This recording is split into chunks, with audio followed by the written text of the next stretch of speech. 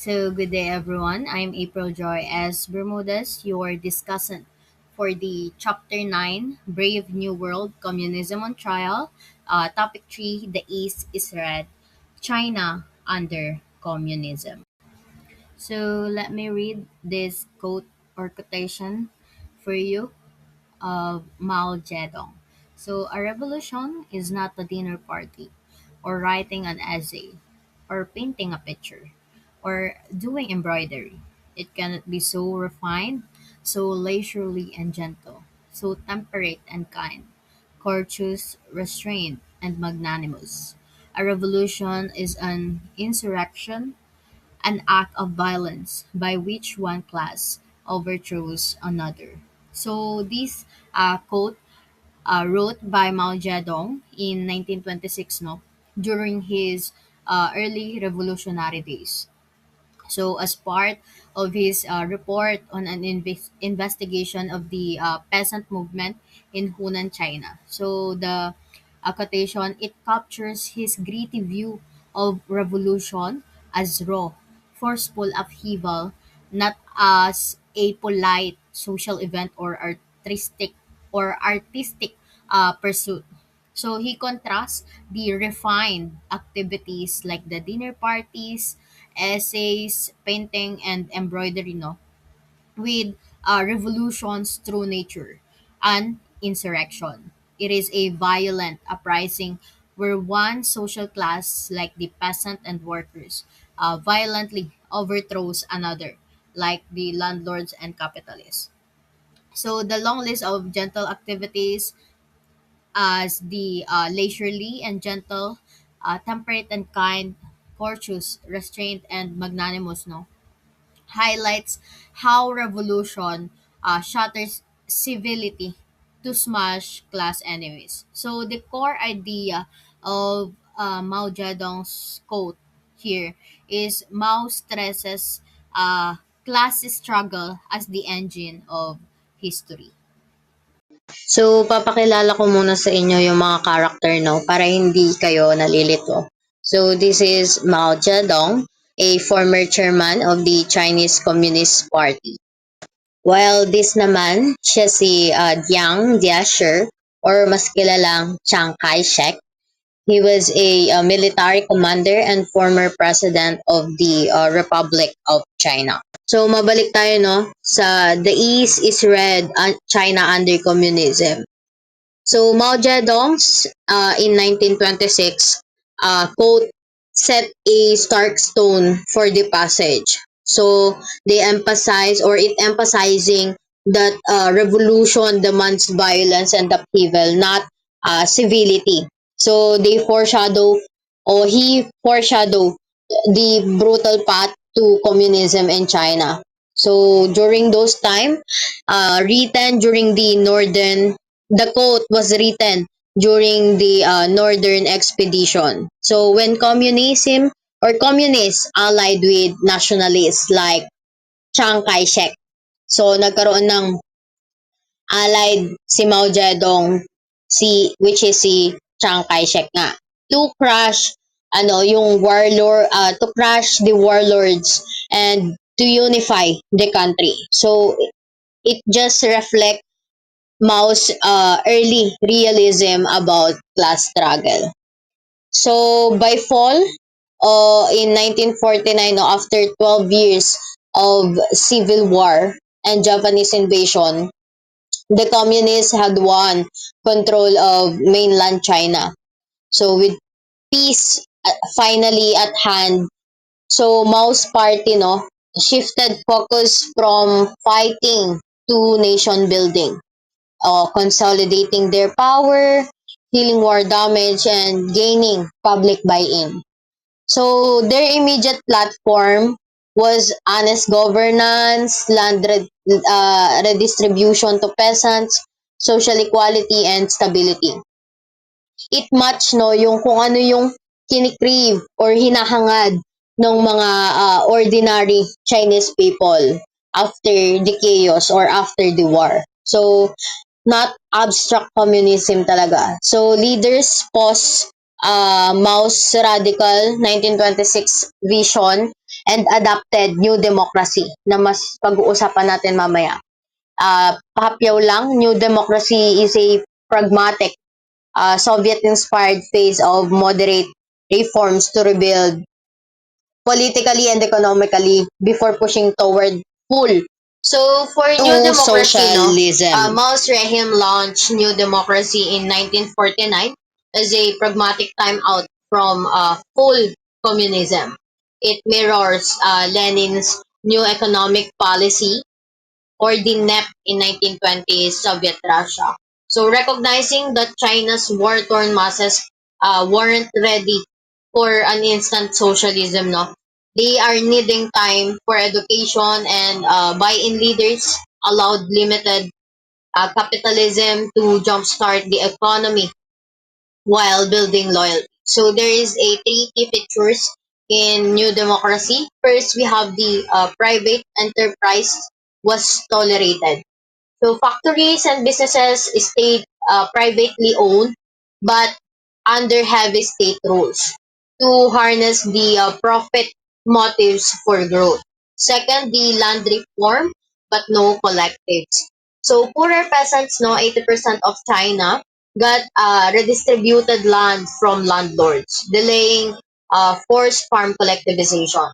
And lastly, the goal of New Democracy was honest government, stability, and productivity to heal civil war scars, not an immediate classless utopia. So there is a success and pause in New Democracy, no?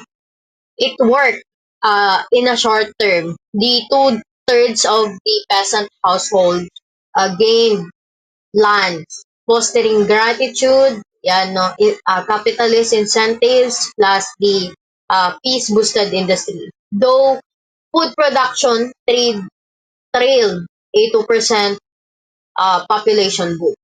But victory was brutal. People's tribunals in villages stripped landlords of property, freedom, and often lives. So killing thousands to millions labeled as crimes against the people. So Mao later admitted many innocents died, but justified it as an essential. So nagkaroon na nga ng transition to socialism. Chinese communists initially planned a gradual Leninist path to socialism.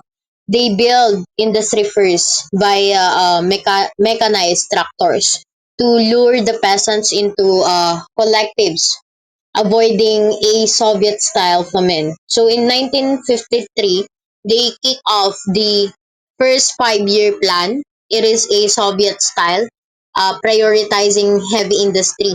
But Mao grew impatient with slow tractor production for China's vast rural areas. So during the transition to socialism, nagkaroon sila ng tinatawag na first five-year plan na para kay Mao or sa pananaw ni Mao is sobrang bagal nung progress ng plan na yon. That is why nagkaroon ng shift to other plan. So, sa next slide yon. So, nagkaroon ng shift to collectivization in 1955. So, Mao accelerated no since nababagalan siya sa progress ng transition to socialism. He forced immediate collectives to boost food, free labor, or the land for factories. So by 1955, nearly all farmland was collectivized. The peasants kept tiny private plots, industries nationalized, so it succeeded without the Soviet-scale revolts. So thanks to prior land reforms, no, winning peasant loyalty, and the persuasion over coercion. So Mao critiqued Stalin's brutality as draining the pond to catch fish. So it is also killing the peasant too, So sabi niya. let's move forward to the Great Leap Forward disaster. during 1958 to 1960. So, trigger warning, may mga mababanggit na words like killings and such here. So Mao doubled down the radical people's communes, merged villages into mega units of 30,000 people plus, handling the farms, factories, even family life, like dining halls, barracks, to smash traditions and spark the revolutionary spirit. So there's a slogan na hard work for a few years and happiness for 1,000. So he viewed peasant as poor plus blank slates, no eager for change, ready for socialist pain. But chaos ensued during the Great Leap Forward disaster. So failures, no, there's a failures in bureaucratic mess, poor harvest, hidden resistance like the no incentives, family bonds eroded, and the catastrophe happened. Famine killed 20 to 45 million, but what do you call this? According to the book that Ma'am Alex provided, it says up to 35 million yung mga namatay. So there's also starving peasants that kinakain na lang nila yung tree bark, and uh, maraming infants ang namatay. So by 1960, communes scaled back to smaller collectives, and Mao faced backlash from pragmatists na sinabihan siyang can't leap to heaven in one step. So Mao faced sharp criticism from pragmatists like Liao Shaoqi and Deng Xiaoping na ipapakilala ko mamaya, who prioritize economic recovery over ideology.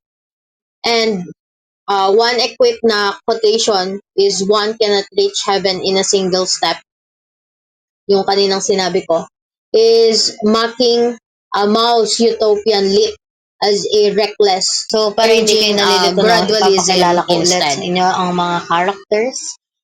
So this is Liu Shaoqi, a revolutionary and former president of the People's Republic of China.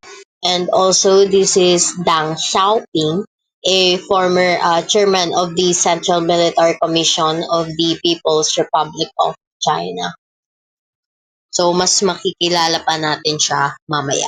So, going back, no, from Great Leap Forward disaster to Mao was not yet ready to abandon either his power or his dream of a totally egalitarian society. So in 1966, he returned to the attack, mobilizing discontented youth and disgruntled party members into revolutionary units, soon to be known as the Red Guards. So who were urged to take to the streets to cleanse Chinese society, from local schools and factories to government ministries in Beijing, and of impure elements who were guilty of taking the capitalist road, supported by his wife, Jiang Qing, and other radical party figures. So Mao launched China on a new force march toward communism. So dito na pumapasok, no, yung the great proletarian cultural revolution. So it literally means a great revolution to create a proletarian culture. So it lasted for 10 years from 1966 to 1976.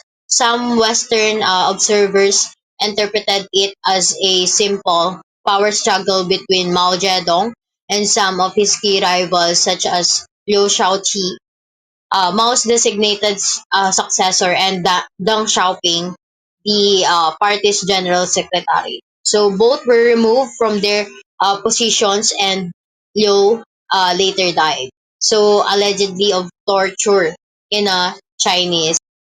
So, gaya nga ng sinabi ko kanina, no, Western views it often frame it as a Mao versus his rivals, Liu, his heir, and Deng were ousted. Liu tortured to death in prison. But deeper policy clash fueled it. Mao feared capitalist grip and Confucian feudalism, so eroding revolutionary fire. He demanded uninterrupted revolution to shatter the liturgy. Better winds and waves than idle courtyard, as he quotes. So opponents prioritize practical nation building during those time. So there are three radical reforms in chaos during the Great Proletarian Culture Revolution. So first we have the economy and education. They killed profit incentives. So they push new schools for Mao Zedong taught via the Little Red Book. So Afroism for zeal, practical skills over university, sciences, or humanities. Second is the destroy the four folds. The Red Guards, they raise temples, rename streets, force ex-emperor Puyi into labor, no? Even tried making red mean go in Shanghai traffic lights that quickly scrapped. And lastly, the terror tactics echoed France's reign of terror, arbitrary, brutally, without laws. Bureaucrats, pros, and officers recoiled at the anarchy. So personal stories like Liang He's in Son of the Revolution capture the art. So kids thrilled to follow Mao, denounce parents, burn books, still radios, no? But enthusiasm soared the regret amid beatings and family ruin. So it collapsed. The anarchy eroded support by Mao's 1976 death. So most welcomed its end. It alienated the masses, paving Deng's pragmatic so Reform. after Mao's death no in September 1976 at the age of 83, pragmatists like Deng Xiaoping won a brief power struggle. So ousting radicals including Mao's wife Jiang Qing and her allies, no, the scorned gang of four tried and jailed, executed. This ended the Cultural Revolution, reversing its egalitarian excess for economic modernization. So dito na papasok no yung Deng's pragmatic revolution, the for modernization. So Deng, twice purged by Mao, forced into menial labor, championed cross the river by filling the stones. So test small reforms, not live blindly. So his famous quip, no, black cat, white cat, what does it matter as so long as it catches the mice? So he prioritized results over ideology. So the key shifts in four modernizations was industry, agriculture, technology, and defense.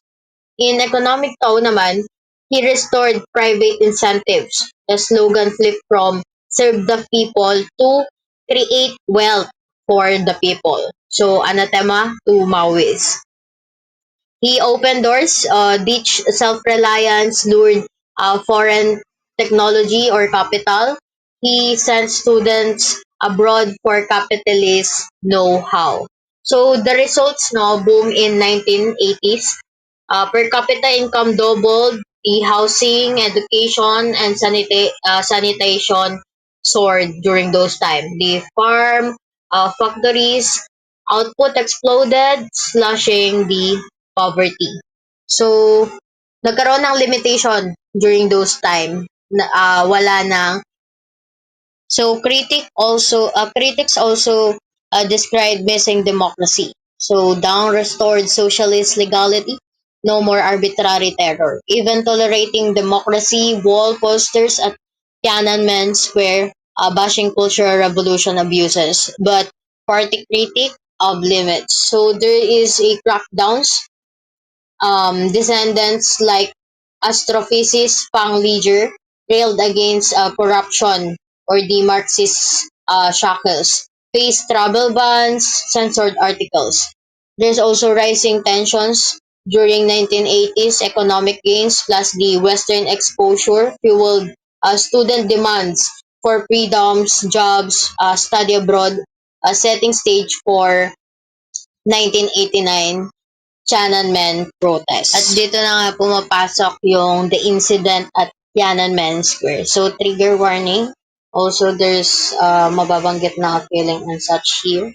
So, background, it is a economic boom turns to sour. By late 1980s, no, Deng's reform fueled growth, but overheating sparked inflation and unrest among urban salaried workers, not just students. So corruption, nepotism, and elite privileges fueled widespread anger, eroding the CCP legitimacy. So it sparked in 1989. It is a student protest, no, marking the May 4th movement's 70th anniversary. It is a 1919 call for science and democracy.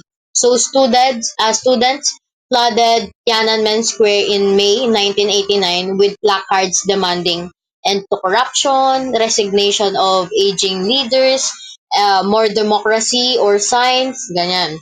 So urbanites rallied behind them, the rural support weaker, and protests swelled into massive sit-ins. It is the student appeal for democracy. So leadership no split and crackdown. Reformers like Zhao Ziyang sympathized the urging dialogue. The hardliners like Deng Xiaoping and such saw it as a veiled CCP overthrow plot. So after debate, Deng greenlit tanks and troops. So protest crash, hundreds and thousands killed, and dissidents arrested. So Zhao purge. So the aftermath and justification of the incident at Tiananmen Square, no, Rahim doubled down on ideology purity. Mandatory Marxist courses, dissident hunts, harsh sentences for undermining the system, and economic reforms continued but under strict so party let's move on to the riding the tiger dilemma. So post Tiananmen 1989, CCP leaders grasped a Chinese proverbs warning: when you ride the tiger, it's hard to dismount. So unleashing the economic reforms spurred growth but created unrest they couldn't easily stop.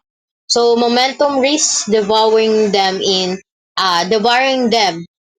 if so mapunta na tayo kay Jiang Zemin era 1990s. So Deng's successor Jiang Zemin, he is a party chief or a president.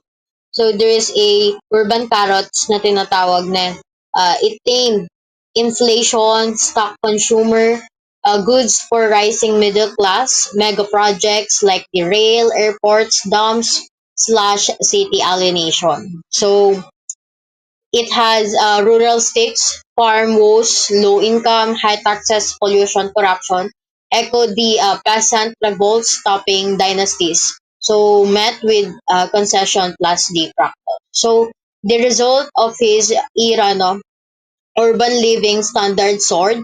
China eyed as 21st century superpower during Jiang Zemin era.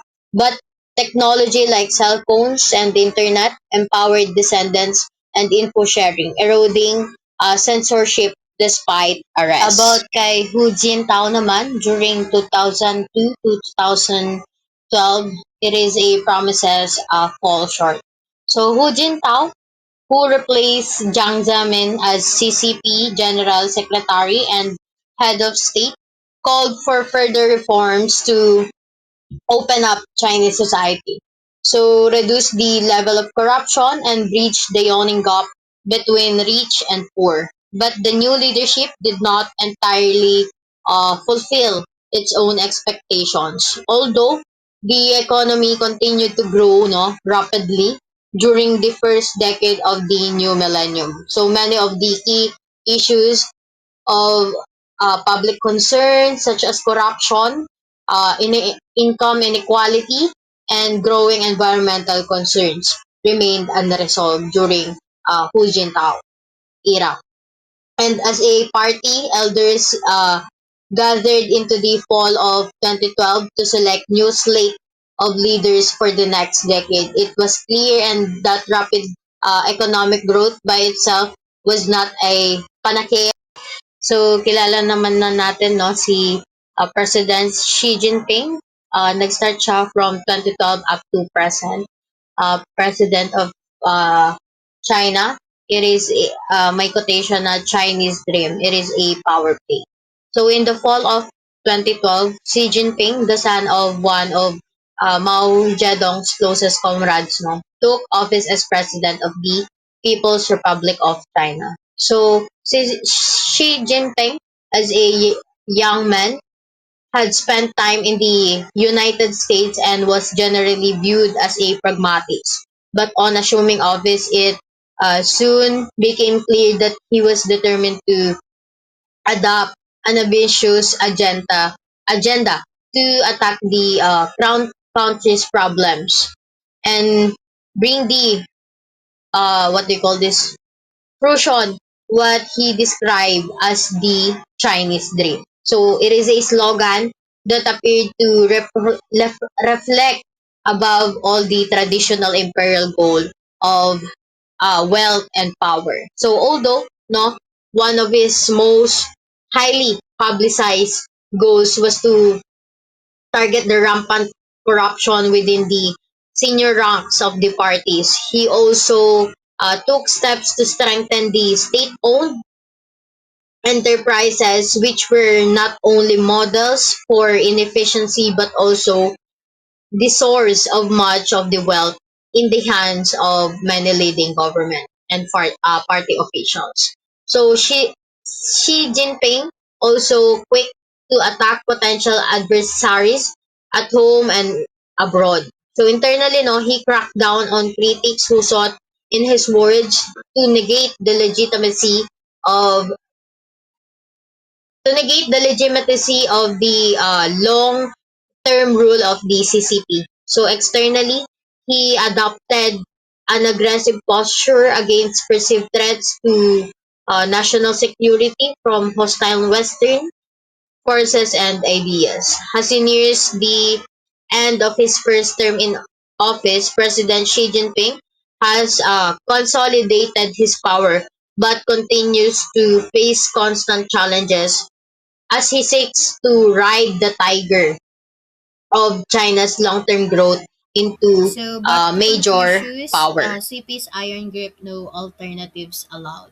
So post Mao leaders cling to a communist party monopoly, fearing chaos without a firm hand at the tiller. So Marxism's motivational power faded, so they pivoted to Confucianism for social glue. So official ceremonies honor Confucius virtues like righteousness, propriety, and filial piety counter, so antisocial trends. When Xi Jinping Mao scripts quotes legalist thinkers, strict state control, claims CCP as a loyal inheritor of Chinese tradition. So ridicules U.S. democracy as dysfunctional, rejecting a peaceful evolution to capitalism. So nationalism as a control tool to rally unity, show fervent patriotism. So we have three here: the regional assertiveness, Taiwan tensions, and the historical justification. So first, the regional assertiveness claims is Spratly Islands, the South China Sea, far from mainland, Diaoyu or the Senkaku Island near Japan and Taiwan, and builds artificial islands, ice rival beating navy, echoing Admiral Zhang He's imperial fleets. Next is the Taiwan tensions. It insists on reunification and the historical justification. After century of humiliation, no, Mao's 1949 vow, the nation has stood up. No more bullying. So most Chinese cheer event is the 2008 Beijing Olympics, symbolize resurgence, thus majority back Taiwan return. So the big picture here, no, CCP swap Marxist zeal for Confucian discipline plus nationalist fire to legitimize rule like dusting of imperial tools for modern authoritarianism.